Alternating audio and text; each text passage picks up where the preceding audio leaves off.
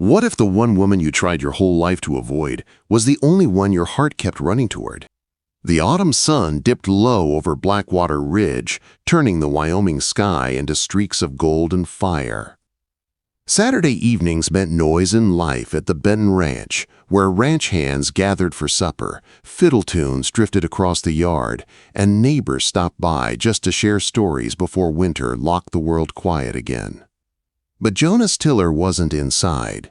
He stood alone near the corral fence, arms braced over the rail, pretending to watch the young gelding pacing back and forth.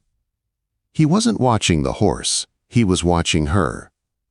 Lydia Corbin moved around the long supper table with a soft grace, setting down bowls of potatoes and venison stew.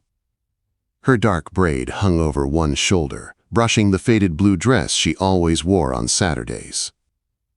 The lantern light caught the warm brown of her eyes each time she laughed, and Jonas felt that sharp, familiar pinch in his chest. 27-year-old Jonas Tiller, one of the best horse trainers in the territory, had spent years keeping distance between himself and trouble. But trouble had a name, a voice, and a smile that warmed places in him he had no business warming. It was Lydia Corbin, and she wasn't trouble because she was bad. She was trouble because she was everything he could never have. Still staring? A voice said behind him. Jonas didn't turn. He didn't need to. Elias Morin, foreman of the Benton Ranch and his closest friend, leaned his elbows on the fence beside him. "You gonna keep pretending you're admiring that horse?" Elias asked. "Or you want to admit you're looking at Miss Lydia the way a starving man looks at supper?" "I'm not looking at nobody," Jonas muttered. "Sure you ain't," Elias chuckled. "That's why you've been chewing the same toothpick for 30 minutes and sighing like a church widow." Jonas ignored him, or tried to. Because Lydia turned just then, brushing a loose strand of hair back behind her ear. She laughed at something Mrs. Benton said, and Jonas felt the kind of ache that made a man reconsider every rule he'd ever set for himself. No attachments, no expectations, no getting close to anyone who could walk away. He'd learned those lessons the hard way. "Go talk to her," Elias nudged. "You've been mooning over that woman for 2 years. And you've been minding my business for just as long? Somebody has to, seeing as you're doing a lousy job of it." Before Jonas could snap back, Mrs. Benton stepped onto the porch and clapped her hands. "Supper's ready. Jonas, you coming in?" "Be right there," he answered. But Lydia turned when she heard his name, her eyes catching his through the torchlight. For a moment, neither of them looked away. Something warm flickered in her expression, something like longing, something like sadness, something that made Jonas's throat tighten. Then she looked down, smoothing the front of her dress, as if reminding herself of something. She turned away. Jonas exhaled slowly. He knew why she kept her distance. Everyone did. Lydia Corbin had her own past, trailing her like a long shadow, one she rarely spoke of, but everyone whispered about. A man who'd done her wrong back in Dakota Territory. A broken engagement. A heartbreak so deep she'd fled west to start again. Jonas didn't blame her for being cautious. Hell, he understood it better than anyone. Inside the warm dining room, folks gathered around the long wooden table. Jonas took a seat near the end, trying not to look at Lydia as she moved around the room serving stew and cornbread. But she always seemed to drift close. Close enough that he caught the faint, clean scent of lavender from her braid. When she finally reached him, her voice was steady. "Stew?" He looked up. Her brown eyes met his, and for a moment the whole room disappeared. "Yes," he said quietly. She ladled stew into his bowl, but her hands trembled just enough for him to notice. He lowered his voice. "You all right tonight?" She gave a tiny smile, one so small he wouldn't have noticed it if he didn't spend half his life studying her face from afar. "I'm fine, Mr. Tiller." Quote, "You can drop the mister. And you can stop worrying about me." She moved away, and Jonas stared after her, jaw tight. He wasn't used to anyone brushing him off. Not like that. But Lydia had been doing it for months, growing colder each time he tried to get close enough to check on her. Elias leaned over. "You two got enough tension between you to snap a fence post. Eat your food. You gonna keep pretending you don't care?" Quote, "No pretending, I don't care." But the lie tasted as bitter as burned coffee, and the worst part? Lydia knew it. Later that evening, after supper ended and folks drifted outside, Lydia stepped toward the corral to fetch something from the laundry shed. Jonas happened to be there, rubbing down the gelding, and she stiffened when she saw him. "I don't want trouble tonight, Jonas," she said softly. "You think I'm trouble? I think you're exactly what I've been trying to avoid." He swallowed hard. "You avoiding me now?" She turned fully, her eyes flashing in the torchlight. "You make it difficult to keep my thoughts straight. You make it difficult to breathe sometimes, and you keep looking at me like that." "Like what?" She stepped closer, anger and something hotter burning in her gaze. "Like you want me. Like I'm something you don't know how to handle. So keep looking at me if you want, Jonas Tiller, but I'm not to blame for what happens between your thighs." Jonas felt heat flame through him, sharp and sudden. She walked past him, leaving him stunned, breathless, and holding the reins of a horse who looked just as confused as he felt. He watched her go, something fierce waking in his chest, something he'd spent years fighting. It wasn't going to stay buried much longer, not after that. Jonas barely slept that night. He lay awake in the small bunkhouse room, staring at the low wooden ceiling, while Lydia's words burned through him like fire on dry grass. "Keep looking at me, but I'm not to blame for what happens between your thighs." No woman had ever spoken to him like that. Not with heat, not with challenge, not with a truth sharp enough to cut him open. And the worst part? She wasn't wrong. He wanted her more than was safe for either of them. By morning, Jonas had worked himself into a state between frustration and something he refused to name. He saddled his bay gelding before the sun fully rose and rode out to the south pasture to check the fence line. Hard physical work usually cleared his mind. But today, every thought led back to one woman, Lydia Corbin. Her gaze, her voice, the way she said his name like she was fighting herself, and the anger in her eyes. That wasn't anger at him. That was anger at wanting him.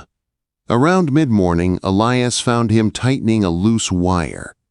"You look like a man who fought a wolf and lost," Elias said, leaning against his horse. "I'm fine." Elias snorted. "You're a terrible liar." Jonas tugged the wire harder than necessary. "I don't want to talk about it." "So something did happen." Jonas didn't answer. Elias let out a long whistle. "Well, well. Did she finally burn you back?" Jonas glared at him. "Elias." All right. Elias held up his hands. "But Jonas, you need to be careful with that woman. She's been hurt before. Deep." Jonas paused, the wire clutched in his hands. "I know. I ain't saying she don't like you," Elias continued. "I'm saying she's scared to death of liking anybody again." Jonas looked out across the pasture. "So am I." Elias raised a brow. "Maybe that's the problem." By noon, Jonas couldn't pretend anymore. He couldn't work, he couldn't think, he couldn't get Lydia out of his head. So he rode back to the ranch. He wasn't expecting to find Lydia in the yard when he arrived, kneeling beside a broken crate, sorting through spilled apples. Her braid had come loose, brushing her cheek in soft strands. She looked tired, pale, like she hadn't slept either. He dismounted slowly. "Need help?" he asked. She startled at his voice but kept her hands busy. "I can manage." "You don't look like you can." She paused, then sat back on her heels. "Jonas, don't." He stepped closer. "Don't what?" "Don't be kind," she whispered. "I can't handle it from you." That hit him harder than any punch he'd ever taken. "Why?" he asked quietly. Her hands clenched in her lap. "Because when you're kind, I forget every reason I should stay away from you." He crouched in front of her, slow and careful, the way he approached nervous horses. "You got reasons to stay away?" he asked. "So many," she whispered. "Tell me one." Her eyes lifted to his, raw and unguarded. "You're dangerous to me," she said. "Not because you'd hurt me, but because you wouldn't." Jonas swallowed hard. "I'd never hurt you, Lydia." "I know," she said, voice breaking. "That's the danger." A gust of cold October wind blew between them. Apples rolled across the dirt. Chickens squawked in the distance. But Jonas didn't notice anything except the woman trembling in front of him. "What happened to you?" he asked gently. "What made you this scared?" Lydia looked away. "I made a mistake. I trusted the wrong man." "Back in Dakota?" She nodded. Jonas waited, but she stayed silent. He didn't push. He knew wounds like that, ones that didn't heal when touched. He spoke softly. "Whoever he was, he's not here. I am." Her chin trembled. "And that terrifies me." "Why?" "Because I want you," she whispered. "And wanting you feels dangerous too." Jonas felt something shift deep inside him, a slow, steady breaking of walls he'd built over years. "I want you too." She closed her eyes like the truth hurt. "Jonas," she murmured, "I can't be like that again. I can't give my heart to a man who walks away." He shook his head. "I don't walk away from things that matter." "You walk away from everything," she said, meeting his eyes again. "From people, from closeness, from anything that ties you down." Jonas opened his mouth to argue but stopped. Because she was right. He did walk away, always had. Ever since his childhood, in a home where people came and left with no warning.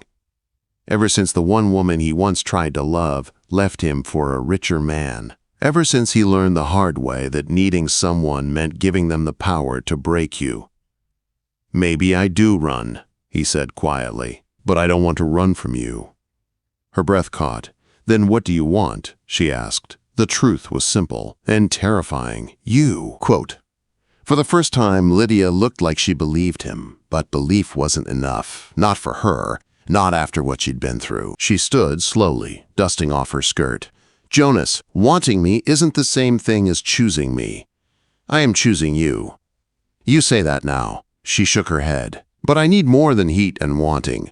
I need someone who stays." He rose with her. "I can stay." "Then prove it," she whispered. "Because I'm done loving men who disappear." Jonas opened his mouth to answer. But just then, horses thundered into the yard, and 3 riders reined in hard near the barn. Sheriff Tate jumped off his horse. "Jonas!" he shouted. "It's urgent. You're needed up at the North Ridge. There's been trouble. Bad trouble." Jonas looked at Lydia one last time, shaken by how fast everything could change. "Go," she said quietly. "But go, Jonas." She turned away, but he saw the fear in her eyes. Fear that he wouldn't come back. Fear that he'd prove her right. Fear that she'd made a mistake letting her heart show it all. Jonas took a deep breath. "Lydia," he said firmly, "I'll be back. I promise."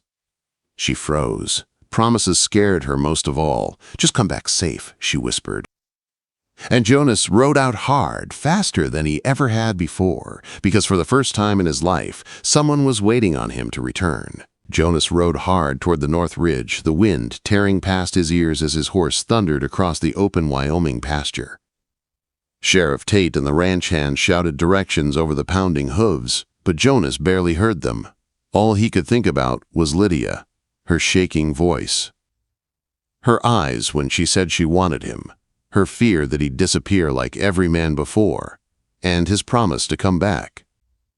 For a man who'd spent his whole life running from anything that asked him to stay, it was the first promise that had ever felt like it mattered. When they reached the ridge, Jonas saw the damage immediately. A section of fence had been ripped apart, and one of Benton's prize mares lay tangled near the rocks, kicking in panic. Jonas jumped off his horse before it fully stopped moving, dropping to his knees beside the animal. "She's alive," he said. "Somebody hold her head." 2 ranch hands moved in. The horse thrashed, terrified and bleeding around the tangled wire. Jonas worked fast, cutting through the fencing with controlled precision. Sheriff Tate crouched beside him. "Tracks say a cougar spooked the herd during the night. They scattered hard." Jonas nodded but didn't look up. "This mare's the important one. If she breaks her leg." "She won't," Tate said. "Not with you here." Jonas didn't react, but his hands moved quicker. When the mare finally calmed and the wire fell loose, the men pulled her free and led her toward the pasture. Only then did Jonas realize how hard his heart was pounding. Not from the rescue, from knowing Lydia was waiting back at the ranch, unsure if he'd return. Elias rode up beside him. "She'll be all right, Jonas. The mare, I mean." Jonas took a long breath. "Yeah, but that's not who you're worried about." Jonas glared. "Don't start." Elias shrugged. "Just saying, if you want that woman, you better stop running back to your fears every time life shakes." Jonas swung into his saddle. "I'm going back." Elias smirked. "About time." The sun dipped low by the time Jonas reached the ranch house again. Lanterns glowed in the windows, and smoke drifted from the kitchen chimney. The place looked peaceful, almost too peaceful. His stomach tightened. He dismounted and strode across the yard, boots hitting the dirt fast. When he spotted Lydia coming out of the laundry shed with a folded blanket in her hands, the breath rushed out of him. She froze the moment she saw him. Her eyes traced every inch of him, his clothes dusty, his hands scraped and stained with dried blood from the mare. Her fingers trembled. "You're alive," she whispered. He stepped closer. "I told you I'd come back." She pressed her lips tightly together. "People say things in the moment, when they're scared." "I wasn't scared," Jonas said. Her brows lifted. "No?" "I was terrified." Quote. She looked up sharply, and something cracked inside her, the hard shell she'd been holding for years. Jonas took the blanket from her trembling hands and set it aside. "Lydia," he said quietly, "I want you to hear this clear. I'm done running. From my past. From what I feel. From you." Her breath shuddered. "Jonas." "I want you," he continued, "but not the way men wanted you before. Not for a moment, not for a night. Not as something easy or hidden." He took her hands. "I want you for real." Her voice broke. "You think I'm easy?" Jonas stepped even closer.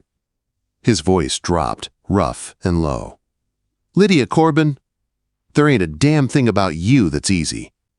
You're the hardest thing I've ever wanted in my life." She stared at him, eyes shining. He lifted one trembling hand to her cheek. "You scare me," he admitted. "Because you make me feel things I never planned on feeling again. But I'm not leaving. Not this time." Her breath hitched. "And if I let you in, you'll stay?" Quote. "I'll stay," he said, "if you'll have me." Quote. Silence hung between them, soft, trembling, charged like lightning ready to strike. Then she stepped into his chest and wrapped her arms around him. Jonas let out a breath he'd been holding for years and pulled her close, closer than he'd ever held anyone. She sank into him, her voice shaking against his shirt. "I've been so afraid." "I know," he whispered. "Me too." "But I want you," she admitted. "God help me, I want you." He cupped her face, lifting it gently. "Look at me." She did, raw, open, brave. "You keep looking at me that way," he murmured, "and I'll fall so hard I won't ever recover." "You already have," she whispered. Jonas kissed her. Not with hunger. Not with fire. With truth. Her fingers slid up into his hair, pulling him closer. His arms tightened around her waist. Every fear, every wall, every reason they'd tried to stay apart melted in that one moment. When they finally broke apart, foreheads touching, Jonas whispered, "So what happens now?" Lydia smiled softly. "Now you stay. And we see where this leads." He brushed his thumb over her cheek. "Anywhere you want." She took his hand. "Walk me inside." He hesitated. "Inside? With everyone watching?" "Yes," she whispered. "I'm done hiding." Jonas swallowed hard. Then he lifted their joined hands high and walked with her toward the ranch house. Lantern light warming her face, shadows following at their heels, hope blooming between them like something finally set free. For the first time in years, Jonas Tiller wasn't running. He was choosing. And he chose her.